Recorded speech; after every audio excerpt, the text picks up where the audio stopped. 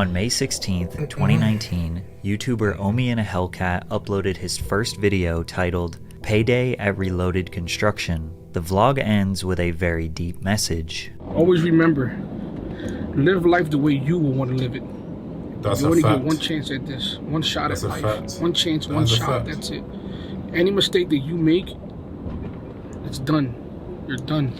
Little did Omi know, That's a starting this fact. YouTube channel could have been the one mistake that would ultimately land him in federal prison. That very first video that Omi posted got 60,000 views in the first 3 days. The video shows Omar stepping out of his mansion, walking down his long driveway with more than 15 all-white cars parked in it, and telling the viewers about his entrepreneurial endeavors. 6 white From cars there, like he that. drives to his first What the nightclub fuck that was he he doing? owns, where they are To doing get that money, he renovations. must be like Then one he of goes them to his second estate nightclub, agents. where they just made the final touches before opening. Omi continued to post vlogs that started with motivational messages I about knew life. estate agent. You have one thing, an advantage over a lot of people. You're free, you're young, and you're healthy. No excuses. Stop trying to keep up with everybody. Stop going out buying Balenciaga. Typically, the middle of his That's what video I'm saying. Stop buying drip, nigga. Stop buying drip. You have the money. If you have like better money, then I'm talking about millions to be buying drip. Okay, I was sharp. Let me sharp. Okay, you have millions. Okay, I was sharp. But if you fucking don't, why are you buying drip? Why are you wasting your money on drip? Waste your money on good shit that will make you more money. Why are you wasting money on shit that you don't need? You just see it on the internet, so you think you must need it. You don't need that shit. Invest it. Move it. Make more money. Create more money.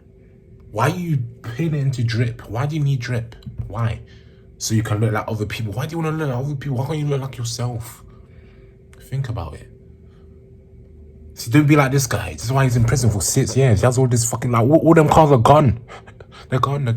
But why did he even go to jail? would be him tending to his businesses, buying expensive clothes, jewelry, new cars, vintage You're a cars, hypocrite! tour buses, You're a hypocrite! and even houses. Actually, For a he's wildly making successful millions. man, So, he was relatable, down to earth, and kind. Far from the narcissistic rich assholes we typically see on the internet. Damn. Within 2 months, he reached 100,000 subscribers. By the end of summer 2019, he had 300,000 subscribers. Damn. But every time he was asked about how he Shit. obtained his wealth, Put me his on. answers The fuck? were extremely vague. What do I do for a living? Started off as an app developer. As an app developer. By the way, drink water. I But as don't know. Omi spent more I don't time know what- I showcasing don't his know what lifestyle to on say, the internet and being more open about how he made his money, he caught the attention of the FBI. And on Oh, November you're 20th, fucked up. 2019, just 6 months after his first video, they raided his home. This case file shows 88 lines of personal property that the federal government seized from Omi. Over the next couple of months, the FBI confiscated $5,875,000, 58 vehicles, including a 2020 Lamborghini Huracan, a 2019 Lamborghini Aventador, and a 2019 Audi A7. They also took 21 properties, including buildings in downtown what? Philadelphia and mansions in the suburbs. You would think that in a situation as serious as this, Omi would keep quiet. But as soon as this happened, he went live on YouTube to tell his fans about the raid. At first, he thought the feds were after him for tax evasion, Bro, why which would was he go partially live? true, and That Omi doesn't make claimed shit that he worse. was innocent. But it wasn't just taxes that the feds were worried about. Teeth are white as When hell, I though. tell you they took everything, they took every SD card, every camera, every television in my house. Houses. took all the TVs as well. I'm banging out this here, my TV. You know, the You'll get a Copyright headbutt. Act hasn't been updated since the 1960s, and you know I hit a fucking gray area and exploited it, and they just didn't like it. Omi thought he had found a loophole in the US copyright law and was exploiting it. Now, if at this point you're feeling extremely confused as to how this guy even got into this situation in the first place, this is exactly how his hundreds of thousands of fans felt. Ironically, once the feds raided him, that's when Omi started opening up about exactly how he made his fortune. But first, a word from today's sponsor. Bespoke Post is a monthly membership club. 90% of the products come from small and more based on a preference quiz they give you of what comes inside to decide if One of my favorite boxes is the Weekender, a cold brew coffee maker, some out, or go to bespokepost.com/PatrickCC20. Omi in a Hellcat, whose real name is Bill Omar Carrasquillo, operated a large-scale Internet Protocol Television, or IPTV, piracy scheme in which they fraudulently obtained cable television accounts and then resold copyrighted content to thousands of their own subscribers who could then stream or play back content. This piracy scheme all started on Kodi. Kodi is essentially just a media player that's available on any device. People use Kodi to watch videos, podcasts, movies, play games. Hold the fuck on. People really did this shit to make millions. How come they don't have this shit in the UK? Actually, shut up. It's illegal. But at the same time, that's crazy. Americans are smart, you know, the way they make money. That's crazy. That scheme is crazy. Bro.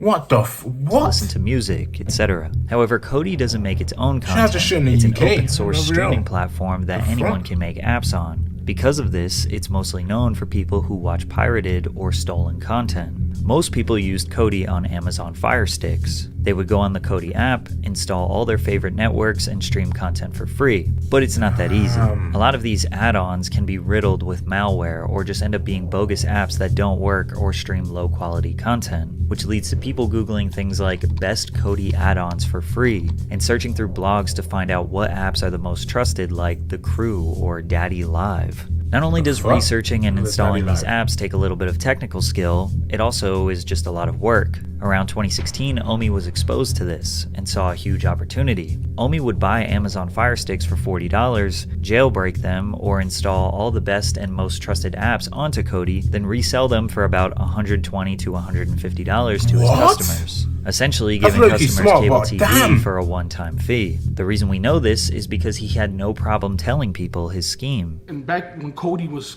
popping, you know what I'm saying, I was one of the first ones doing Kodi sticks. And that's how I started making a lot of money. Buying these boxes from Amazon already preloaded and just reselling them for more money. I'll buy them for $50. Nigga just snitched on himself. $21.50. He just snitched on themselves. I'm talking about a lot of Fire Sticks. In 2016, Omi said that he made $1 million flipping Fire Sticks. That gave him enough money to fund his next piracy venture, which would make him tens of millions of dollars. By this point, Omar was kind of a regular in the online piracy community, which is surprisingly large. I was a negative person in Kodi because I was like a wrestler. There was good guys and there were bad guys. I was the bad guy because that's how I got people's attention. He was known by the username Target in 1080p. His YouTube channel was originally named Target in 1080p and featured videos of him discussing things in the IPTV space. One particular man named Dexter took a liking to him. Dexter was a developer and Omi was the financial backbone. Together, they made an app for Kodi called Gears TV, which was inspired by his favorite video game, Gears of War. Gears TV was Omi's all-in-one digital content package with some of your favorite shows like Game of Thrones, Better Call Saul, Twin Peaks, all of the major networks like ABC, ESPN, and Fox, channels that are only shown in the UK and Canada, and even more premium packages like NFL Sunday Ticket. Gears TV provided all of that content in 1080p resolution for as low as $15 per month. If someone were to pay for regular cable, it could cost them anywhere from $60 to $200 per month. But how was he able to do this? Essentially what Omi did was purchase cable subscriptions from Comcast, Spectrum, Verizon, DirecTV, and Frontier Communications. These cable subscriptions come with a box that contains encrypted media. Omi purchased decoders from China to remove the encryption, then capture cards to download the content and send it to a server where it would be redistributed over the internet to his subscribers. This nigga is smart TV as was fuck. cheap and provided way Even though all this shit's illegal, this nigga smart as fuck. And no one will think of to do this. That is smart as fuck. It's illegal though. And he did make me. And he did scam a lot. But that's money though. Like he was making millions, bro. That's smart. I would never think of to do this. That is more value and content than any cable company could ever compete. Ain't no way. And word spreads no one would think of to do in the this IPTV shit. community. And why is it always big niggas that always the smartest, bro? There's always big niggas that are smart. I never seen one skinny nigga do this type of shit. There's always big niggas that know how to do this type of shit. Why? Went from making $5,000 per week to $400,000 per week in just a few months. The indictment claims that in total, the defendants received more than $30 million in subscriber fees. Omi said he was still living in the hood of Philly at this point, and nobody knew the kind of money he was raking in. His first purchase was a 2016 Camaro SS 50th Edition, his dream car. Keep in mind, Gears TV was no small operation. They had large servers, customer service representatives, and the government did have their eye on these schemes. As it got more popular, the monthly price increased, which pissed off customers as their $15 per month turned into $20, then $30, then $40, getting closer and closer to regular cable prices. Omi sold his app to a private investment company in 2018 for a whopping $40 million. This was perhaps his most 40 M's! Because not too long after, Gears TV shut down. But it did not stop there. Omi used his large payout and expertise to build a new and improved app called Reloaded TV. This was everything Gears was and more, with a way better interface and higher quality content. Reloaded very quickly became one of the biggest apps in the IPTV space because of its great user interface and reliability. It's unclear what exactly happened to Reloaded TV. It seems like it wasn't around for very long, because in 2019 Omar abandoned the Target in 1080p name and changed it to Omi in a Hellcat, and he stopped talking about the IPTV space as a whole. He claims he knew the industry was dying and the feds were cracking down on other apps similar to Reloaded. Now, is it possible that Omi's YouTube channel alerted the FBI? Not necessarily, but it didn't help his case. Anyone who is in the business of distributing media knows there are others trying to steal it, but Omi's YouTube channel promoting his own brand and attaching a face to the scheme just made it that much easier to identify the perpetrator. Bragging and flaunting his wealth could have pissed off authorities, and yeah, they're human. Maybe they did want to put him in his place a little bit. Maybe they were harsher on him than others to make an example of him. In one vlog, Omi found out that federal agents boarded his flight to the Dominican Republic to make sure he wasn't trying to flee the country. But you have to remember that all of the information I just gave you, his audience didn't know about. They had no idea why the FBI was after him. They just knew Omi had to restart his life. Please continue to support this channel. I'm gonna stay strong. I'm gonna try to beat this shit. They broke me. They broke one of the strongest people I know, which is me. They broke me, but no one got me to this position.